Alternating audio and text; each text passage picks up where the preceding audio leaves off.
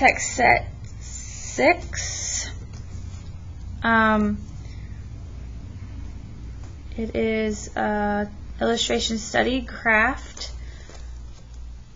Essential question: how does an illustrator make decisions to interest readers? Our goal is to understand that a single text can combine fiction and nonfiction. We have been reading fiction books in which authors tell stories and nonfiction books in which authors give information. Today we are going to read a book that does both. It is called a hybrid text because it is part fiction and part nonfiction. The title of the book is Gecko. It is written by Raymond Huber and illustrated by Brian Lovelock. As I read, listen for facts about geckos, but also think about why Raymond and Brian might have chosen to write about geckos. Think about how the illustrations also show details about geckos, including their appearance and behavior.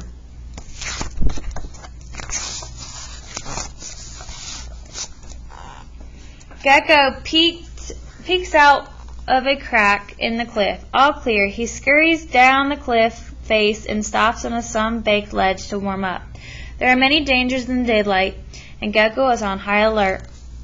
Geckos are cold-blooded, so they need the sun's heat to keep warm. They have to be careful when they're out in the open because they have lots of predators. Geckos are eaten by snakes, birds, rats, cats, scorpions, and large spiders. It looks like the larger print at the top of the page tells the story of a gecko named Gecko, and the smaller print at the bottom tells some facts about geckos. Predators are animals that live by hunting and eating other animals. Cold-blooded is having a body temp that is similar to the temp of the environment. Gecko cleans himself by licking the grit from his scaly skin. His tongue whisks around his face and whips his eyes. The sun will soon set, and Gecko is getting hungry, so hungry he could eat his own skin. Most geckos' eyes can't close but are covered by a see-through disc called a spectacle. Geckos' feet are self-cleaning. The rolling movement of their feet sheds dirt as they walk. Luckily, his outer layer of skin is getting loose, and it's the perfect time to peel it. Gecko plucks and picks at his skin and squirms out of it. He peels his eyes too. Then Gecko eats the crinkled skin, a snack, off his own back. Ew. As geckos grow, they shed an outer layer of dead skin several times a year. Eating the old skin ensures that it won't attract predators. A hawk is hunting, time to disappear. Gecko's color darkens and the skin along his sides opens out until he seems to melt into the rock. The hawk wheels away and Gecko quickly seeks shelter. Gecko camouflage includes dappled skin patterns and colors turning lighter or darker, and skin folds that flatten out so that their body casts no shadows. Gecko, beware! So camouflage is something such as color or shape that protects an animal by making it hard for others to see it.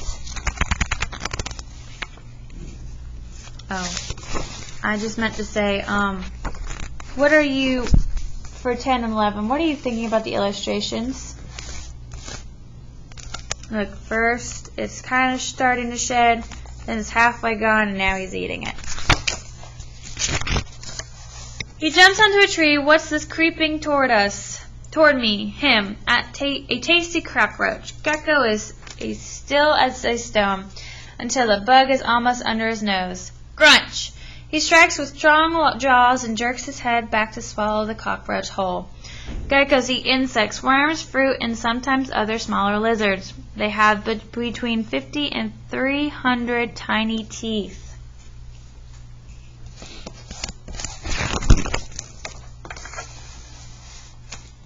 It's dark now. Gecko climbs higher to search for flying food. He weaves between leaves, slinks along branches, and trickles over twigs.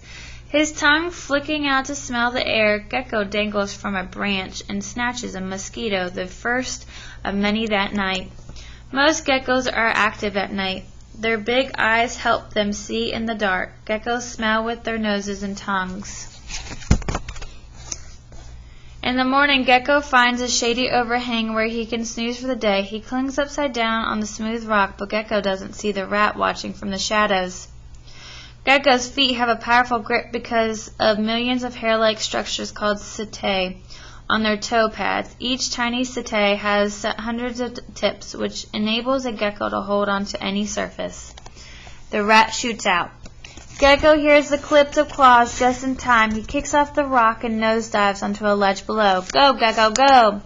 Geckos have excellent hearing. They are fast runners and nimble movers with a flexible backbone and a tail that helps them balance. The rat leaps. The rat lands on Gecko's tail, pinning him down. Gecko drops his tail, runs into a crevice, and wedges himself in. Will his tail trick fool the rat? A gecko can break off all or part of its tail. The disconnected tail still squirms, distracting or deceiving a predator, while the gecko escapes. Gecko waits a while, then pokes his head up. The rat is gone, but what's this? Gecko's dropped tail has only been partially eaten. Gecko carries it back into the cranny and devours it himself. If a predator doesn't eat a dropped gecko tail, the gecko will. It's full of fat, too good to waste. A new tail will grow within 4 months. As night falls once more, Gecko skitters to the top of the cliff. His sharp eyes spy a flash of color below. The freckled skin of another gecko. He must warn this intruder of his territory. Geckos are one of the few animals in the world that can see color at night. Most male geckos won't allow other males in their area. Gecko lifts his voice to the stars. Talk, talk, talk, talk, Gecko, Gecko. The stranger scuttles away. Gecko has defended his territory and is safe once more. Geckos are the most vocal of all reptiles, with a voice box and well-developed vocal cords. Their calls are used to scare rivals and predators, to signal danger, or to attract a mate. The name gecko probably comes from the sounds they make. More about geckos. Geckos are the escape artists of the lizard world, able to outsmart predators with disguises, deceptions, and fast getaways. Geckos can live on rocky mountains or tropical islands, in hot deserts or rainforests, and even in cities. More than 1,500 different kinds of geckos have made their homes on every continent except Antarctica. Geckos are one of the most important creatures for controlling insects such as mosquitoes and flies, and many species help pollinate plants. The gecko is this book is a 2K. So why do you think the author included this information? We also have here on the back is the index. The index is kind of like if you're searching for a word and you want to look for the word and find it in the story, you can look on the back and it will give you the page number that has it on there. So if I was looking for the word feet, I would turn to page 9 and 18 and look right in here. It has the word feet. Okay? So if that's what you were looking for, then that's where you would find it at. Most nonfiction books have these, has an index, and they also have a glossary. A glossary is to give you the definitions of the bolded words that the author wanted to give you. Okay? But in this book, it did not give a glossary.